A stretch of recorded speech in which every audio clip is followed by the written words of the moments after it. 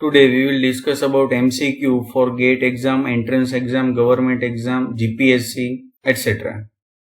This is part 2 from stress, strain and properties of materials. So welcome to my YouTube channel Mechanical Engineering Management. So let's start from the question number 1. If the material has identical elastic properties in all directions, it is called dash. Option elastic, isotropic, plastic, homogeneous. So look at this note. Homogeneous material is that with uniform composition. If the question is about uniform composition, then homogeneous is the right one. Elastic and plastic are different on the criteria. So here the question is about the identical elastic property, and so that isotropic material is the right answer.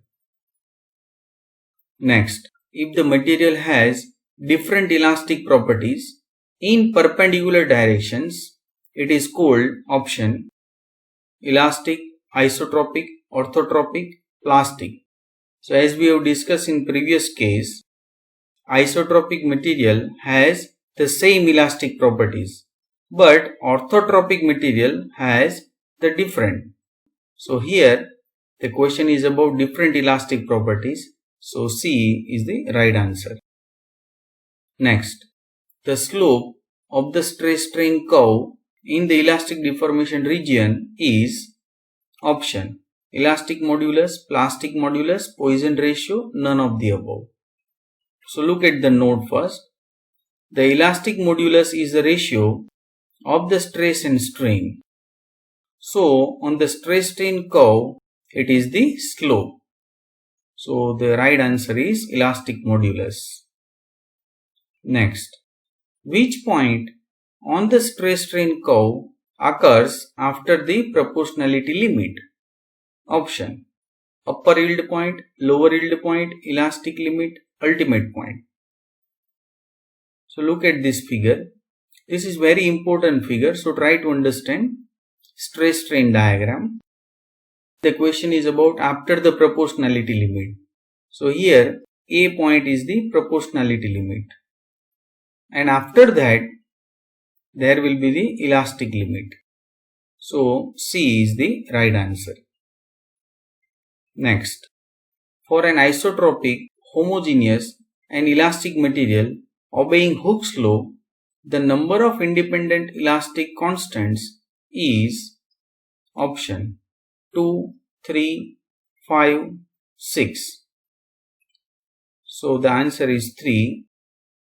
For the isotropic, homogeneous and elastic material, there are 3 basic constants, and these are Young modulus, shear modulus and bulk modulus. Next, what is the factor of safety? Option ratio of stress to strain, ratio of permissible stress to ultimate stress, ratio of ultimate stress to permissible stress, ratio of longitudinal strain to stress. So look at the definition. Factor of safety is the ratio of ultimate stress to the permissible stress.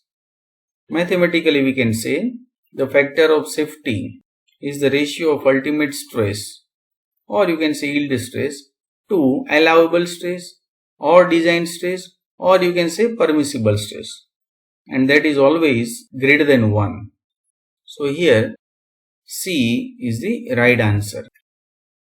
Next, the stress at which extension of a material takes place more quickly as compared to the increase in load is called option elastic point, plastic point, breaking point, yielding point.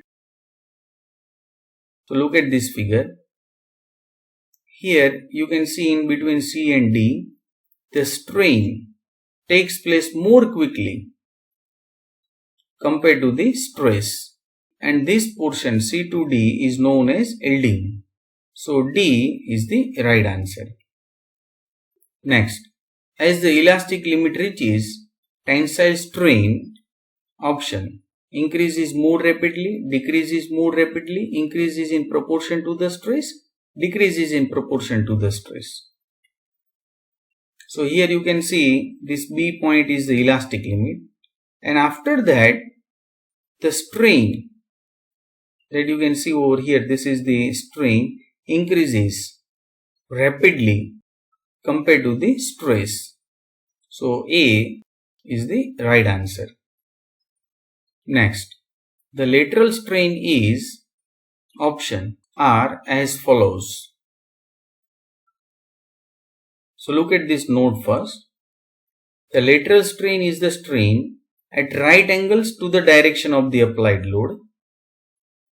The lateral strain is accompanied by the longitudinal strain.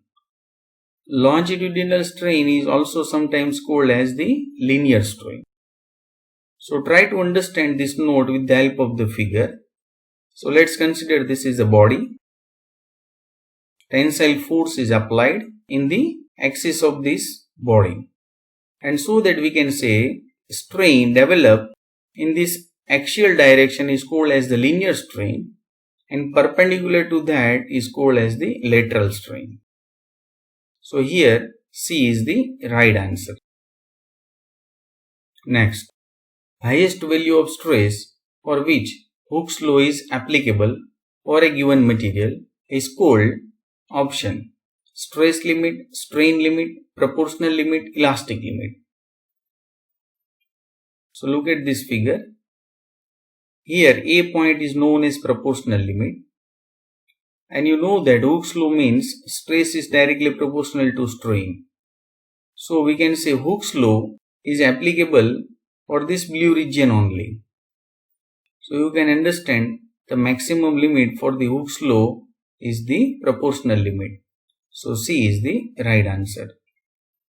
Next, which point on the stress strain curve occurs after the ultimate point? Option last point, breaking point, elastic point, material limit. So refer the figure. After the ultimate point, here E is the ultimate point, and after this ultimate point there will be the fracture point, or sometimes it is called as the breaking point. So B is the right answer. Next, where is the necking region? Option R as follows. So refer this figure. This region is called as the necking region, and that is in between point E to F. Point E is known as ultimate point and F is known as fracture point. It is called as the breaking point also. So here this D is the right answer, the area between ultimate point and rupture. So if you want to know in detail about the stress strain diagram, then you can refer my earlier video of stress strain curve.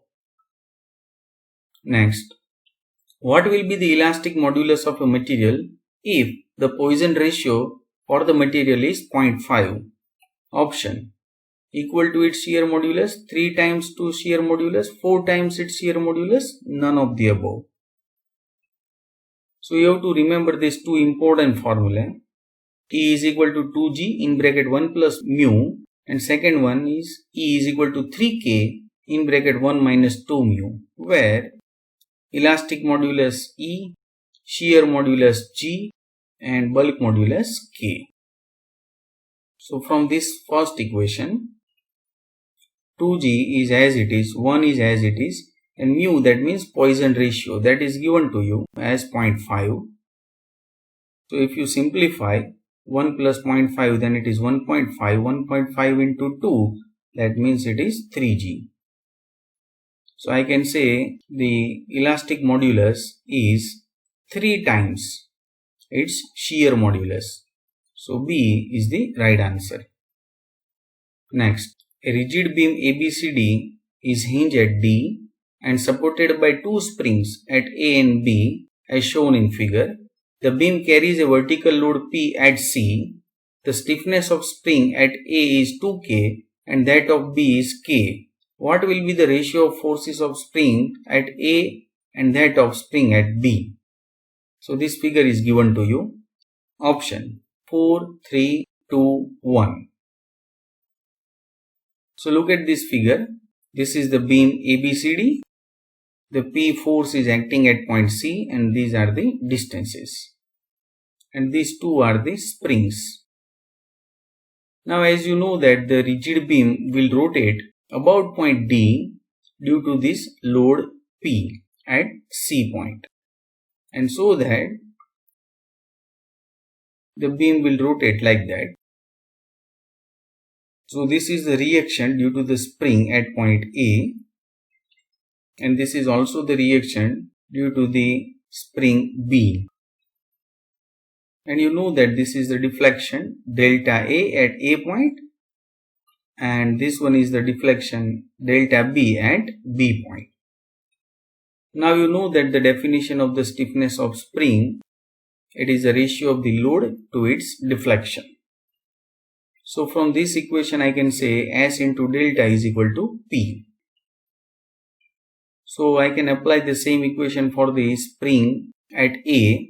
So I can say SA into delta A is equal to PA, where SA is the stiffness of the spring at A, delta A is the deflection at point A, and PA is the load, or you can say reaction at point A.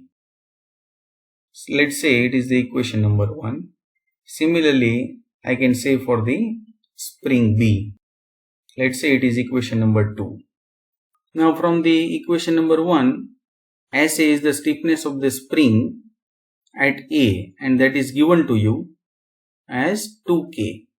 So put it over here, delta A as it is equal to PA as it is. So let's say it is equation number 3.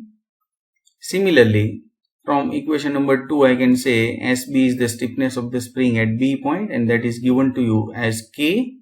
So K into delta B is equal to PB. Let's say it is equation number 4.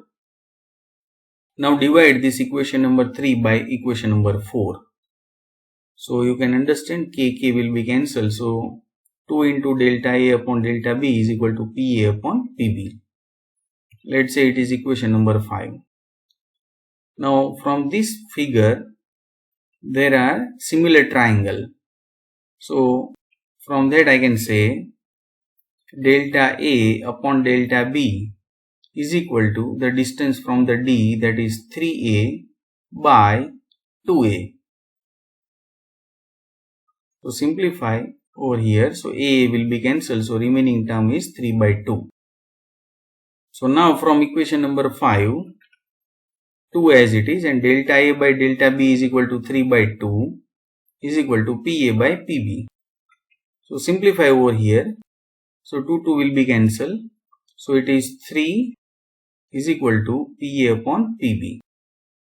And that is your answer. What will be the ratio of forces of spring at A and that of B? So 3 is the right answer.